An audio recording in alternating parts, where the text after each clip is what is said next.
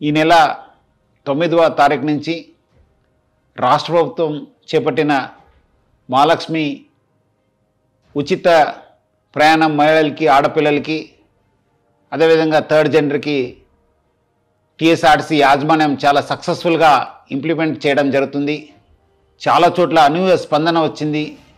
Record స్థాయిలో ప్రయాణికులు మా బస్సులో ప్రయాణం చేయడం జరుగుతుంది.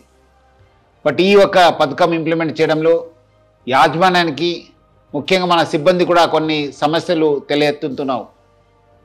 ముఖ్యంగా చాలామంది మహిళలు తక్కువ దూరంకి వెళ్ళే వాళ్ళు కూడా మన ఎక్స్ప్రెస్ బస్సులో ఎక్కి దూర ప్రాంతం వెళ్ళే ప్రయాణికులకి ఇబ్బంది కలిగించే విధంగా ప్రయాణం చేస్తున్నారు. వాళ్ళందరికీ కూడా నా తరఫు నుంచి, యాజమాన్య తరఫు నుంచి కోరుతున్నాను, మీరు తక్కువ దూరంలో వెళ్ళే వాళ్ళైతే వెలుగు బస్సులో ప్రయాణించాలని చెప్పి నేను మరీ కోరుతున్నాను.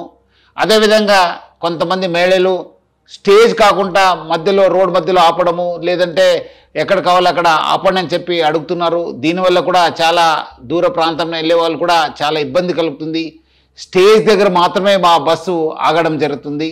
సో ముఖ్యంగా దీనివల్ల కూడా దూర ప్రాంతం వెళ్ళే వాళ్ళు, వేరే ప్రయాణికులు కూడా మేలు జరుగుతుంది. మన కండక్టర్స్కి, డ్రైవర్స్ కూడా బాగా జరుగుతుంది. లేదంటే కొన్ని చోట్ల మనకు చాలా ఇబ్బంది కలుగుతుంది. మన కండక్టర్స్ కూడా చాలా ఇబ్బంది పడుతున్నారు. ప్రజలు బాగా సహకరించారు. వాళ్ళందరూ కూడా నా తరపు నుంచి, యాజమాన్య తరపు కూడా ధన్యవాదాలు తెలుపుతున్నాను.